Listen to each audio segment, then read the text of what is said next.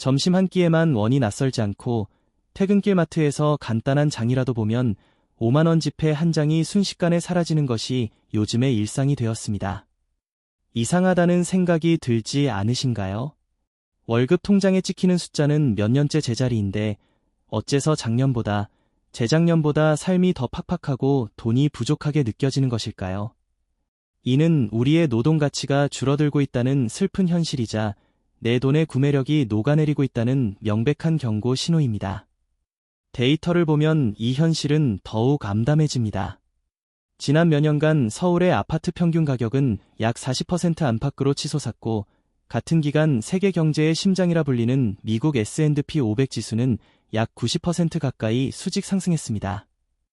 심지어 투기 자산의 대명사였던 비트코인마저 1억 원을 훌쩍 넘어서며 모두를 놀라게 했죠. 그런데 혹시 그동안 내 월급은 얼마나 올랐는지 계산해 보신 적 있나요? 대부분은 물가 상승률을 따라가지 못했을 겁니다. 가만히 있었을 뿐인데 자고 일어나니 금융시장으로부터 소외되어 가난해진 듯한 기분. 바로 이 때문에 벼락거지라는 섬뜩한 신조어가 더 이상 낯설지 않은 시대가 된 것입니다. 월급은 제자리 걸음인데 자산 가격은 저 멀리 로켓처럼 날아갑니다. 우리는 이 격차를 그저 바라보며 체념해야 할까요? 아니면 지금이라도 늦지 않았다며 이 위험해 보이는 자산시장의 파도에 무작정 올라타야 할까요? 지금 사도 괜찮을까? 이 질문은 어쩌면 지금 대한민국 국민 모두의 머릿속을 맴도는 가장 큰 고민일 것입니다. 오늘 우리는 특정 종목을 찍어주며 이것을 사세요라는 식의 얄팍한 해답을 찾지 않을 겁니다. 그런 것은 지속 가능한 투자가 될 수 없으니까요. 대신 이 거대한 자산시장이라는 게임이 작동하는 근본적인 규칙 자체를 이해하는 데 집중할 겁니다. 이런 현상이 반복되는지, 돈의 흐름은 정확히 어디로 향하는지, 그리고 가장 중요하게는 어떻게 해야 이 거친 파도에 휩쓸려가지 않고 나만의 단단한 금융적 선체를 만들어 안전하게 항해할 수 있는지 그 기초부터 함께 다져보려 합니다. 자, 그럼 투자를 시작하기 위해 가장 먼저 무엇부터 알아야 할까요? 사람들은 주식이나 부동산을 외치지만 사실 그것들은 최종 목적지일 뿐입니다. 우리가 다뤄야 할 것은 모든 투자의 기초이자 아이러니컬하게도 가장 많은 사람이 오해하고 간과하고 있는 자산. 바로 이 자산에 대한 이해로부터 우리의 여정을 시작해야 합니다. 투자의 세계에는 성격이 전혀 다른 두 개의 거대한 기둥이 존재합니다. 하나는 우리에게 너무나 익숙한 주식이죠. 성장, 혁신, 폭발적인 대박의 꿈. 이름만 들어도 심장이 뛰는 다이내믹한 영역입니다. 하지만 다른 하나의 기둥은 어떤가요? 바로 채권입니다. 채권. 이 단어를 들으면 어떤 이미지가 떠오르시나요? 아마도 안전하지만 따분함, 혹은 은행 예금과 별다를 바 없는 지루함 정도일 겁니다. 심지어 많은 분들이 채권은 대형 기관 투자자들이나 은퇴를 앞둔 거액 자산가들만 다루는 영역이라고 생각하죠. 하지만 놀랍게도 이 가장 오해받는 자산, 채권의 작동 원리를 명확히 이해하는 순간 여러분은 전체 금융시장의 구조와 중앙은행의 움직임을 내려다볼 수 있는 새로운 통찰력, 즉 신의 시야를 갖게 됩니다. 복잡한 이야기는 잠시 접어두셔도 좋습니다. 딱 하나, 시소 게임의 원리만 기억하시면 됩니다. 어린 시절 놀이터에서 타던 시소를 머릿속으로 한번 생생하게 상상해보세요. 이 시소의 한쪽 끝에는 금리, 이자율가 앉아있고 다른 한쪽 끝에는 채권 가격이 앉아있습니다. 이 게임의 규칙은 지극히 단순하며 동시에 절대적입니다. 한쪽이 올라가면 다른 한쪽은 반드시 내려와야 합니다. 절대로 둘 다 동시에 올라가거나 둘 다 내려오는 법은 없습니다. 핵심은 이것입니다. 금리가 올라가면 채권 가격은 내려갑니다. 반대로 금리가 내려가면 채권 가격은 올라갑니다. 이게 채권 시장을 지배하는 전부입니다. 정말인지 숫자로 직접 확인해보며 이 원리가 얼마나 강력한지 느껴봅시다. 자, 여기 대한민국 정부가 발행한 10년 만기 국고채가 있다고 가정합시다. 정부는 이 채권을 사는 사람에게 1년에 3~5%의 이자를 꼬박꼬박 주겠다고 약속했습니다. 저는 이 약속이 마음에 들어 1천만 원을 주고 이 채권을 매수했습니다. 매년 35만 원의 이자를 받으니 꽤나 든든한 투자였죠. 그런데 갑자기 예상치 못한 일이 벌어집니다. 한국은행이 강력하게 물가를 잡겠다며 기준금리를 4.0%로 인상해버린 겁니다. 시장의 금리가 갑자기 뛰어올랐습니다. 자, 시소의 한쪽 끝인 금리가 위로 힘껏 올라갔네요. 그럼 반대편에 앉아있는 제가 가진 채권의 가격은 어떻게 될까요? 규칙대로라면 내려가야 합니다. 왜 그럴까요? 이제 대한민국 정부는 새로 채권을 발행할 때 시장 금리에 맞춰 4.0%의 이자를 주는 새로운 채권을 발행합니다. 상식적으로 생각해 보세요. 시장에 1년에 40만 원의 이자를 지급하는 따끈따끈한 새 국채가 등장했는데 누가 제 손에 있는 1년에 35만 원만 주는 낡은 채권을 원래 가격인 1천만 원이나 주고 사려고 할까요? 아무도 없을 겁니다. 제가 2~3~5%짜리 채권을 팔기 위해서는 반드시 가격을 깎아 줘야만 합니다. 예를 들어 980만 원 정도로 가격을 대폭 낮춰서 파는 겁니다. 그래야 이 채권을 새로 사는 사람이 이자 수익 35만 원에 더해 나중에 만기가 되었을 때 돌려받는 원금 1천만 원, 과외 차익, 즉 20만 원의 추가 수익까지 합쳐서 새로 나온 4.0%짜리 채권과 비슷한 수준의 최종 수익률을 맞출 수 있기 때문입니다. 이해가 되시나요? 시장 금리가 오르자 제가 가진 옛날 채권의 상대적 매력이 떨어지면서 그 가격 자체가 하락해버린 겁니다. 시소는 한치의 오차도 없이 정확하게 움직인 것입니다. 반대의 경우도 마찬가지입니다. 만약 한국은행이 경기를 부양하기 위해 금리를 3.0%로 내린다면 어떻게 될까요? 이제 시장에는 3.0%짜리 새 채권만 나오는데 제 손에는 무려 3~5%의 이자를 주는 희귀하고 매력적인 채권이 들려있게 됩니다. 모두가 이 채권을 가지려 달려들겠죠. 그럼 이 채권의 가격은 1천만 원을 훌쩍 넘어 1,020만 원, 1,030만 원으로 뛰어오르게 됩니다. 금리가 내려가자 채권 가격이 올라간 것입니다. 바로 이 금리 채권 가격 시소의 원리 때문에 전 세계의 모든 투자은행과 자산운용사들이 미국의 연준, 패드, 이나 한국은행 같은 중앙은행 총재의 입만 쳐다보고 있는 겁니다. 그들의 말 한마디에 수백억, 수천억 원의 가치가 걸린 거대한 시소가 순식간에 움직이니까요. 자, 이제 우리는 채권이라는 자산의 핵심 규칙을 이해했습니다. 그렇다면 이런 생각이 들 수 있습니다.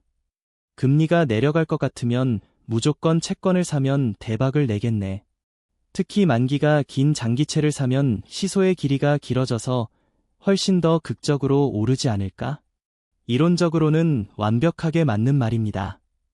하지만 여기에는 초보 투자자들이 반드시 피해야 할 치명적인 함정이 숨어 있습니다. 도대체 그 함정이란 무엇일까요? 금리가 하락할 것이라 예상하고 만기가 아주 긴 채권을 매수하면 가격이 드라마틱하게 상승할 것이라는 기대는 현실이 될 수 있습니다. 시소의 길이가 30m쯤 된다고 상상해 보세요. 한쪽 끝을 살짝만 눌러도 반대편은 하늘로 솟구치듯이 만기가 20년, 30년인 장기 채권은 금리 변화에 극도로 민감합니다.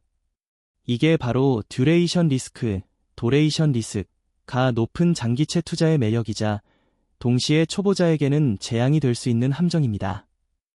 왜 함정일까요? 그 거대한 시소는 반대 방향으로 움직일 때도 똑같이, 아니 훨씬 더 무섭게 움직이기 때문입니다.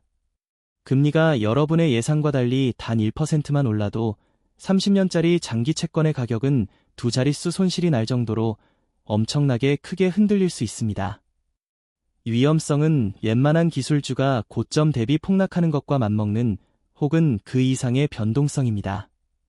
실제로 데이터를 보면 위험이 얼마나 현실적인지 명확해집니다. 2022년과 2023년 수많은 투자자들이 고금리가 인하될 것이라 예측하고 미국의 20년 이상 장기 국채에 투자하는 대표적인 ETF, 바로 그 유명한 TLT에 엄청난 자금을 쏟아부었습니다. 결과는 어땠을까요? 예상과 달리 미국 중앙은행은 금리를 계속 인상했고 TLT의 가격은 고점 대비 무려 40% 이상 처참하게 추락했습니다. 안전자산이라고 굳게 믿었던 채권에서 주식시장의 폭락과 맞먹는, 아니 그 이상의 고통을 맛본 겁니다. 장기채 투자는 사실상 금리의 방향을 정확히 예측해야 하는 전문가들도 어려워하는 최고 난도의 베팅입니다. 이는 마치 잔잔한 호수에서 낚시를 하려고 배를 띄운 게 아니라 거친 태풍이 몰아치는 바다 한가운데서 서핑을 시도하는 것과 같습니다. 초보자가 다룰 수 있는 파도가 아닙니다. 그럼 우리는 채권이라는 훌륭한 자산을 포기해야 할까요? 아닙니다. 우리는 그저 파도가 없는 아주 잔잔한 호수가로 가면 됩니다. 즉, 시소의 길이를 30m가 아니라 10m 미만의 아주 짧은 것으로 바꾸는 겁니다.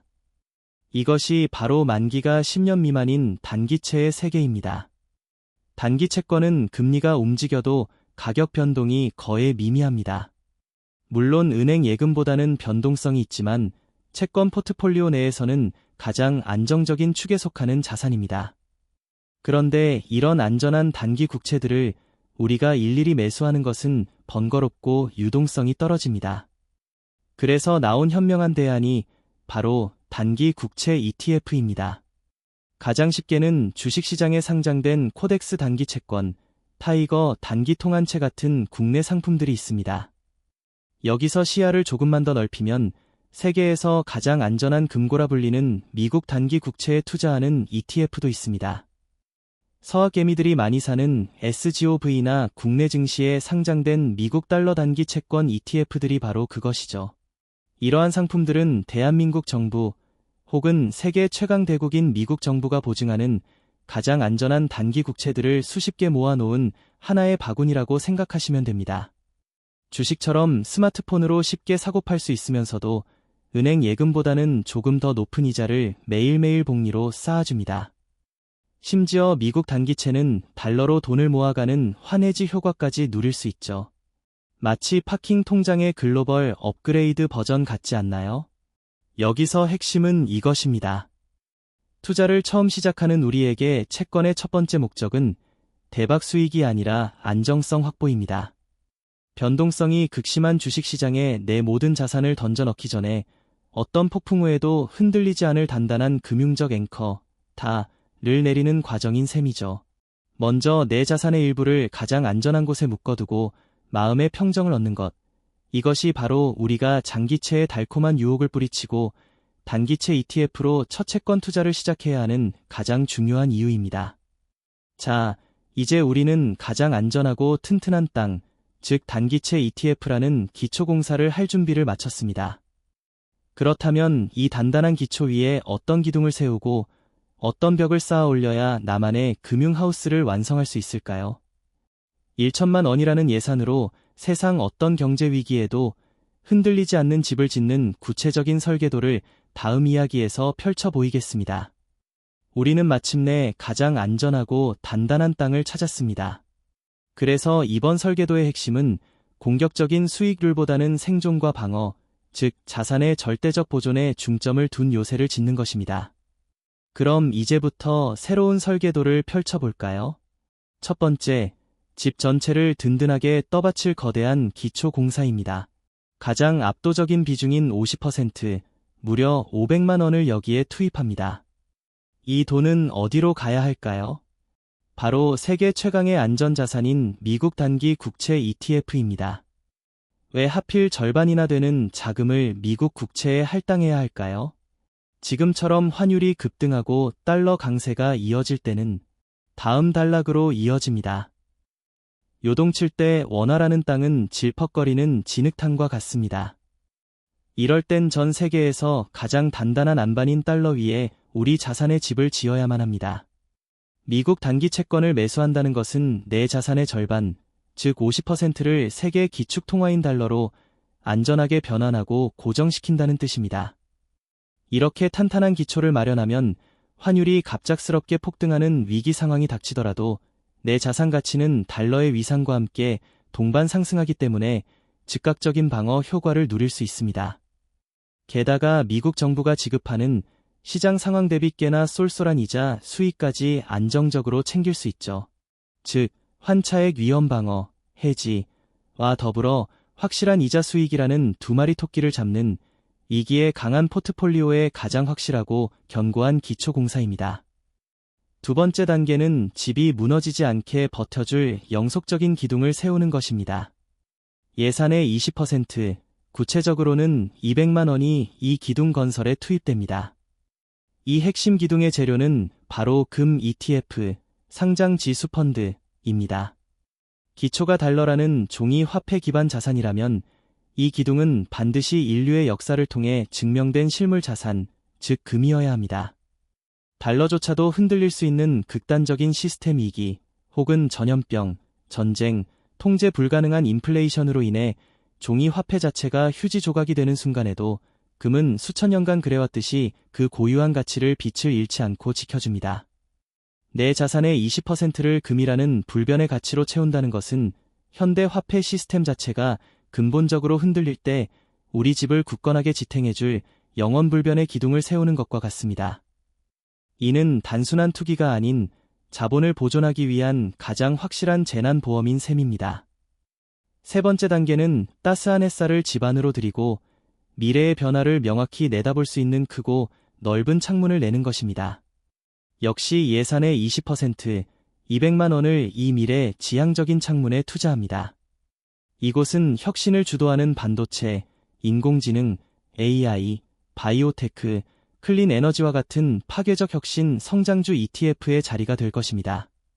우리가 위기에 대비해 금융 요새를 짓는다고 해서 햇빛 한 점 없는 컴컴한 벙커에만 갇혀 숨어 살 수는 없습니다. 세상이 끊임없이 변하며 만들어내는 혁신의 거대한 흐름과 그로 인해 발생하는 막대한 부의 창출 기회는 절대 놓치지 않아야 합니다. 이미 50%의 달러 채권과 20%의 금이라는 튼튼한 방어막을 구축했으니 이 20%만큼은 조금 더 과감하게 미래 성장의 씨앗에 베팅하고 적극적으로 투자해도 좋습니다. 혹시 이 창문이 단기적으로 작은 충격에 깨진다고 해도 튼튼한 기초와 기둥이 버텨주기에 집 전체는 결코 무너지지 않습니다. 이 창을 통해 들어오는 혁신의 햇살이 훗날 우리 자산을 획기적으로 불려줄 가장 강력한 성장 동력이자 씨앗이 될 것입니다. 마지막 네 번째는 언제든 상황이 발생했을 때 안전하게 밖으로 나갈 수 있는 비상구를 만드는 것입니다. 남은 예산 10%, 즉 100만 원은 현금 그대로 유동성을 확보한 채 둡니다. 집에는 반드시 문이 있어야 하듯이 투자 포트폴리오에도 즉각적인 대응을 위한 충분한 유동성, 리퀴더티, 이 필수적입니다. 20%의 현금은 단순한 잉여 자금이 아닙니다. 혹시라도 시장이 예측 불가능하게 대폭락하여 마치 블랙 프라이데이처럼 최고의 세일 기간이 왔을 때 즉시 뛰쳐나가 할인된 가격으로 우량 자산을 주워 담을 수 있는 기회의 총알이자 인생의 급한 일, 경조사, 병원비 등 이 생겼을 때 지금까지 공들여 지은 집을 허물지 않고 해결할 수 있는 최후의 보루인 비상금입니다. 자, 이제 어떤 경제적 위기에도 강하게 버텨낼 수 있는 우리만의 금융 요새가 완성되었습니다. 50%의 달러 채권 안반, 20%의 황금 기둥, 20%의 미래 성장주 창문, 그리고 10%의 현금 비상구. 이 포트폴리오는 환율 폭등과 예측 불가능한 경제 위기라는 거친 쓰나미 앞에서 그 진가를 명확히 발휘할 것입니다. 공격보다는 굳건한 수비가, 일확천금의 대박보다는 자본 보존과 생존이 훨씬 중요한 지금 이 시대에 이보다 더 든든하고 균형 잡힌 집이 있을까요? 서로 다른 역할을 수행하는 자재들이 유기적으로 그리고 상호 보완적으로 결합하여 그 어떤 경제적 날씨에도 유연하게 대응할 수 있도록 정교하게 설계된 완벽한 방어 시스템입니다. 그러나 여기서 한 가지 반드시 기억하고 넘어가야 할 것이 있습니다. 지금 이해를 돕기 위해 50대 20-20-10이라는 포트폴리오 비율을 구체적으로 알려드렸지만 이 비율은 하나의 표준 예시일 뿐입니다. 제가 상세히 설명드린 각 자산의 성격, 즉 달러의 안정성, 금의 불변성, 성장주의 역동성을 깊이 있게 이해하시고 여러분 자신의 연령, 투자 성향, 리스크 감수 정도, 그리고 목표에 맞춰 창문을 더 늘리거나 공격적 성향이라면 아니면 기둥, 금, 인하 기초, 달러를 더욱 보강, 안정지향적 성향이라면 해야 합니다. 각자의 인생 상황은 모두 다르기 때문에 본인 상황과 목표에 가장 적합한 포트폴리오를 주도적으로 구축하는 것이 무엇보다 가장 중요합니다. 그런데 여기서 한 가지 이상하고 근본적인 질문을 발견하신 분이 분명 있을 겁니다. 분명히 주식, 채권, 금과 같은 서로 다른 자산군은 경제 상황에 따라 다르게 혹은 역으로 움직여야 상관관계가 낮거나 음수여야 정상입니다. 그래야 진정한 포트폴리오 분산 효과를 얻을 수 있습니다. 그런데 왜 최근 몇 년간은 특히 2020년 팬데믹 이후로는 마치 거대한 약속이라도 한 듯이 주식, 미국 기술주, 코인, 비트코인 등 심지어 금과 부동산까지 모두 함께 하늘 높은 줄 모르고 오르는 기이한 에브리싱 랠리 현상이 벌어지는 걸까요? 도대체 이 모든 자산을 동시에 미친 듯이 춤추게 만드는 보이지 않는 거대한 힘의 정체는 무엇일까요? 그 거대한 힘의 정체는 바로 과잉 유동성, 액세스 리퀴더티입니다. 이 용어가 좀 어렵게 느껴질 수 있으니 아주 쉽게 비유해 보겠습니다. 어느 날 갑자기 전 세계의 모든 중앙은행들이 은밀히 합심해서 이 세상 모든 사람들의 디지털 지갑에 수조 달러에 달하는 공짜 돈, 헬리콥터 머니를 그냥 에어드랍 해준다고 상상해보세요. 공짜 돈이라는 단비가 하늘에서 비처럼 쏟아지는 겁니다. 이게 바로 지난 몇 년간, 특히 2020년 코로나 팬데믹 이후 전 세계적으로 벌어진 경제 현상의 본질입니다. 실제로 데이터를 통해 보면 그 규모가 정말 놀랍습니다. 세계의 기축통화를 발행하는 미국 중앙은행인 연방준비제도, 패드의 자산 규모는 2020년 초 약 4조 달러였는데 이후 단기간에 급격히 불어나 한때는 9조 달러에 육박할 정도로 팽창했습니다.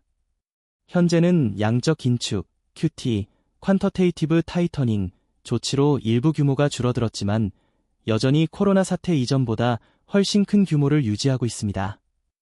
수치로 따지면 약 4조 달러가 넘는 돈이 새롭게 시장에 풀린 것입니다. 우리 돈으로 환산하면 5천조 원이 넘는 엄청난 규모입니다. 이 어마어마한 돈의 쓰나미가 갈 곳을 잃고 더 높은 수익률을 찾아 모든 자산시장의 문을 두드리기 시작한 것입니다. 유동성 파티의 작동 방식은 이렇습니다. 첫째, 중앙은행이 금리를 낮추고 돈을 막대하게 풀었습니다. 그러나 사람들은 물가 상승률, 인플레이션은 여전히 높다고 느끼고 은행에 돈을 넣어봤자 내 돈의 실질 구매력은 오히려 줄어든다고 판단합니다. 둘째, 이 공짜 돈은 은행 금고에 머물지 않고 최소한 인플레이션 이상의 수익률을 찾아 위험을 감수하는 투자를 시작합니다. 가장 먼저 유입된 곳은 주식시장이었고 이는 곧 글로벌 주요 지수들을 사상 최고치로 밀어 올렸습니다. 셋째, 여기서 만족하지 못한 공격적인 돈은 더 짜릿하고 폭발적인 수익률을 찾아 암호화폐 시장으로까지 맹렬히 달려갑니다. 이로 인해 비트코인이 1억을 돌파하며 새로운 역사를 썼고 수많은 밈코인, 미미코인과 알트코인들이 수십 배씩 폭등하는 광란의 시기가 펼쳐졌죠.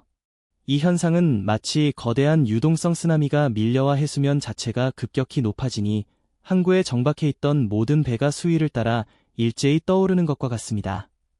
수백 년 된 튼튼한 항공모함이든 구멍난 작은 조각배든 가리지 않고 모두 함께 떠오르는 에브리싱 랠리가 펼쳐진 것입니다.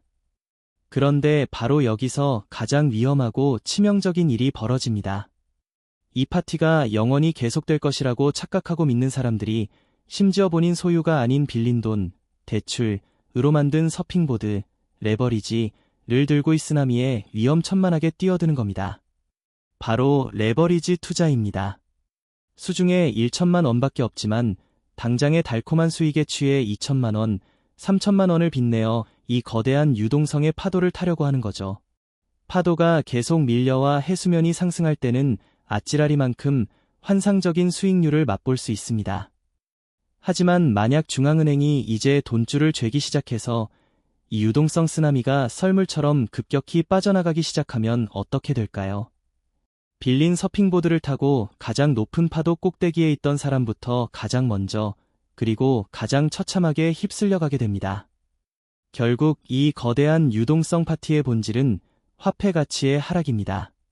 돈이 너무나도 흔해지고 과잉 공급되니 돈 자체의 가치는 떨어지고 반대로 그 돈으로 살 수 있는 실물 자산의 가격은 치솟아 오르는 현상인 것입니다.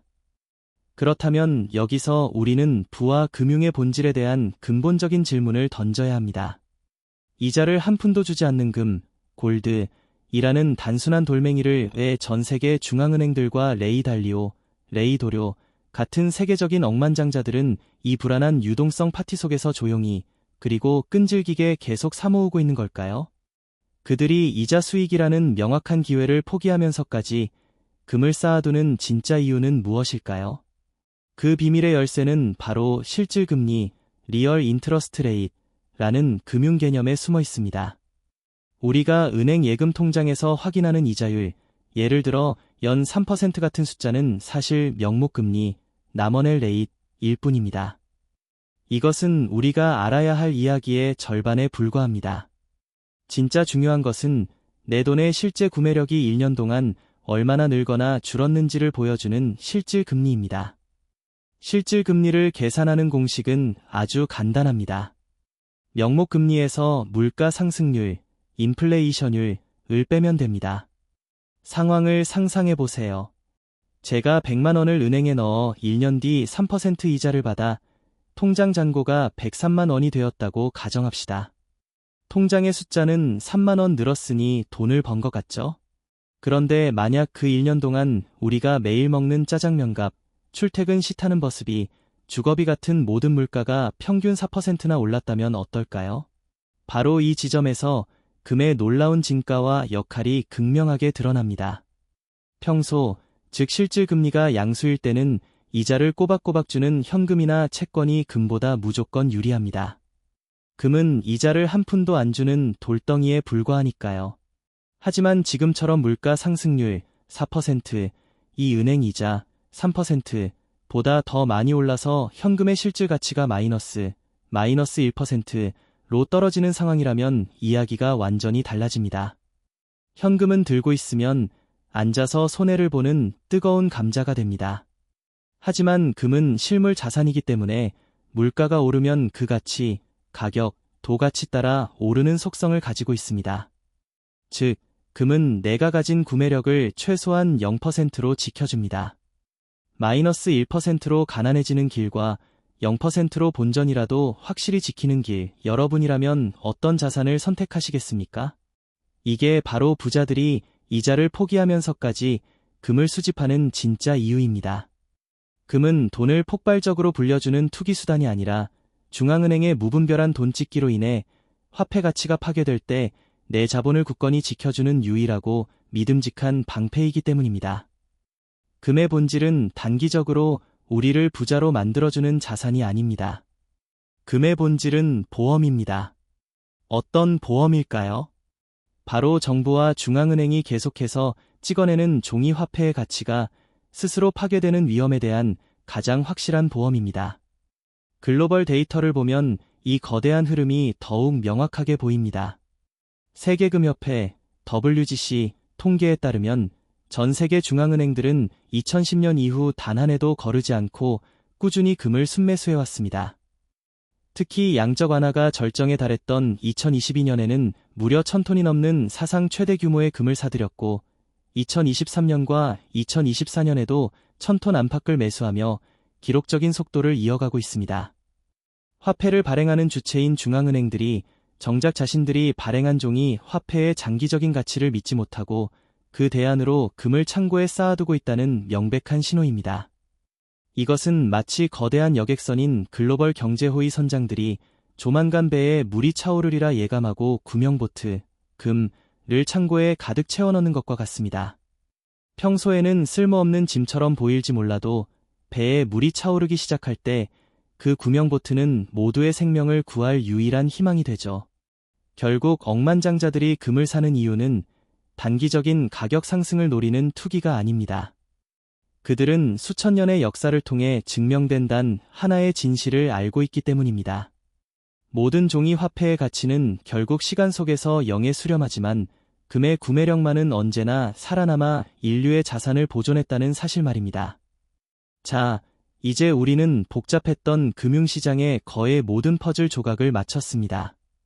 녹아내리는 월급에 대한 불안감에서 출발해 채권의 시소 게임과 역할을 배웠고 1천만 원이라는 현실적인 예산으로 나만의 금융하우스를 견고하게 설계했으며 모든 자산을 동시에 춤추게 하는 유동성 파티의 본질과 이자를 포기하면서 금을 사모으는 숨겨진 비밀까지 깊이 있게 파헤쳤습니다. 그렇다면 이 모든 지식을 습득한 우리는 이제 무엇을 해야 할까요? 불안한 마음으로 시장을 올려다보던 관중석에서 내려와 이 게임의 규칙을 완벽하게 이해하는 현명한 설계자가 되기 위한 마지막 한 걸음은 무엇일까요? 결국 우리가 도달한 결론은 바로 이것입니다. 우리의 목표는 시장의 단기적인 움직임을 아슬아슬하게 맞추려는 고난도의 고개사, 즉 투기꾼이 되는 것이 아닙니다. 시끄러운 시장의 소음 속에서 이리저리 흔들리는 불안했던 관중으로 남는 것은 더더욱 아니죠. 우리의 진정한 목표는 이 거대한 금융시장의 흐름과 규칙을 명확히 이해하고 어떤 경제적 파도에도 흔들리지 않을 자신만의 원칙을 수립하며 꾸준히 그 원칙을 지켜나가는 포트폴리오 설계자가 되는 것입니다. 여러분 스스로 인생의 금융건축가, 파이낸셜 아워커텍트가 되어야 합니다. 직접 설계하고 기초를 다져올린 그 미래의 주춧돌은 눈 깜짝할 새에 엄청난 부를 선사하지는 못할 것입니다. 하룻밤 사이에 벼락부자가 되는 환상은 깨야 합니다. 그러나 10년, 아니 20년 세월의 풍파가 지난 후에는 그 가치가 진정으로 빛을 발할 것입니다. 바깥 세상이 예측 불가능한 거친 파도, 경제위기, 인플레이션, 시장의 광기에 휩쓸려 요동칠 때도 여러분이 직접 땀과 노력으로 쌓아올린 그 금융적 구조물은 여러분과 가족, 그리고 소중한 자산을 굳건히 지켜내는 가장 안전하고 평온한 안식처이자 요새가 되어줄 것입니다. 이는 단순한 돈 이상의 삶의 기반을 제공합니다. 이제 기로에 섰습니다. 선택은 온전히 여러분의 손에 달려 있습니다. 계속해서 경기장 밖에서 수많은 금융 전문가들의 외침과 예측을 불안하게 바라보며 표류하는 관중으로만 머무르시겠습니까? 아니면 오늘 이 순간부터 설계 도구를 집어들고 망설임을 버린 채 여러분의 가치와 원칙에 기반한 금융적 미래를 주체적으로 구축해 나가시겠습니까? 이 중요한 결단에 대한 여러분의 생각과 다짐을 댓글로 꼭 남겨주시길 바랍니다.